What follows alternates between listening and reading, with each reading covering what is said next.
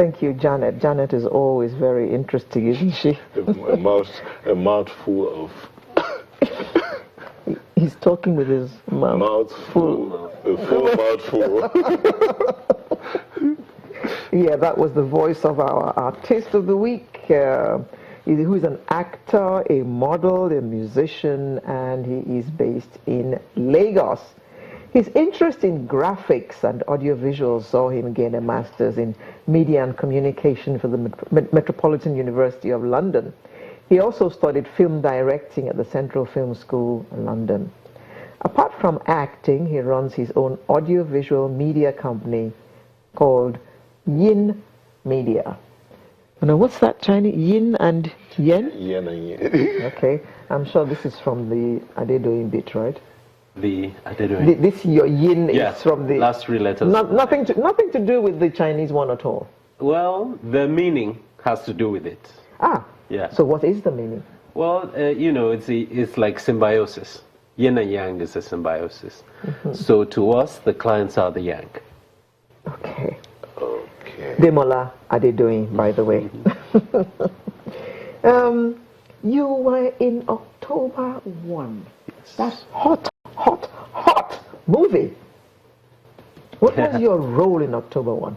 I played the prince Uh-huh. who went away to study with the whites and had a few traumatic experiences that led him to behave in a certain way. In a certain eccentric? In a certain extreme way. Very extreme. October 1, by the way, is that movie by Kunle Afolayan. Yes. Now, you are a model, an actor, a musician, A but you graphics studied designer.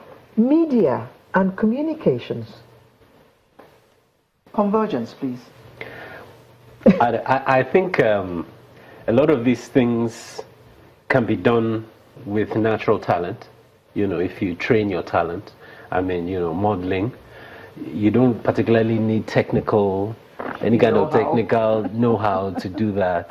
Acting even, I don't think you need technical know-how. You need emotional intelligence and stuff like that. But I felt like I needed to be trained in certain things. The things I have natural talents for, fine. I can find ways to train myself.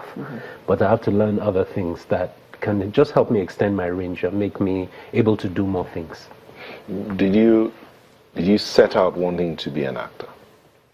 I didn't. I actually used to be a critic. I was the guy that would sit in front of the TV and like, what kind of acting is this? Can't you do better than this? So, even before I declared to anyone that I wanted to act, I was already getting offers. Because I was writing for a TV show in Abuja, a TV show about football.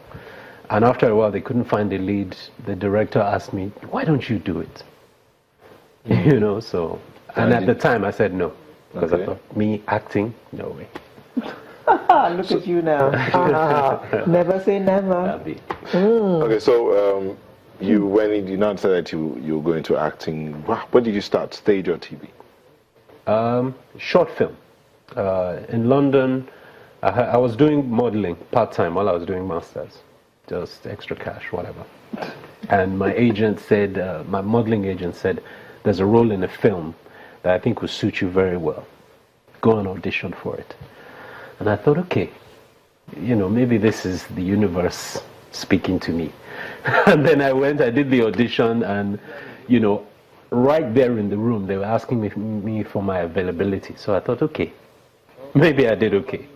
And they called me back for the part. We shot the film, and as soon as we shot the film, I knew that This is it. Yeah, this is one of the things I'm supposed to do. Definitely. One of the things. Yeah. As in. One of the many things. One of the many things. Yeah, I've never really wanted to be one thing. Oh, what are the other things you wanted to be?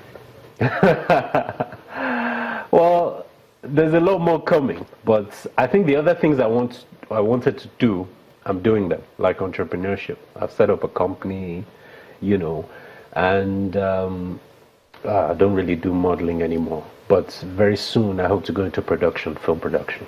Okay, you set up a company. You have a company called Yin Media. Yes. How much time do you spend there?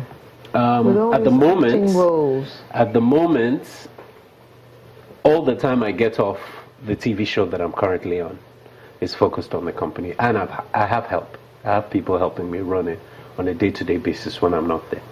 So that's the advantage. So there's change coming from there as well. Oh, yes. Even though you're not there. Oh yes. Oh. I mean, it's good to have a business that runs on its own, you know. Good. Yeah. Now, tell us about your experience in Nollywood. Why?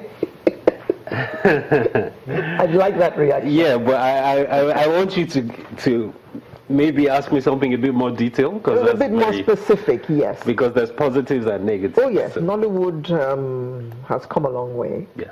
It's selling like hotcakes all over the world All over the right world.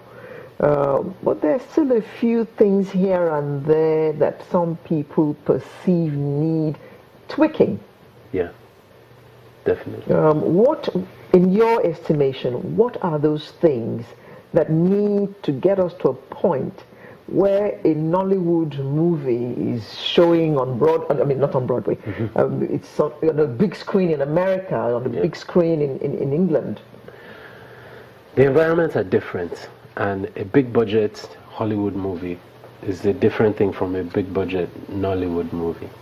So it would take a whole lot of investment for us to get to that level.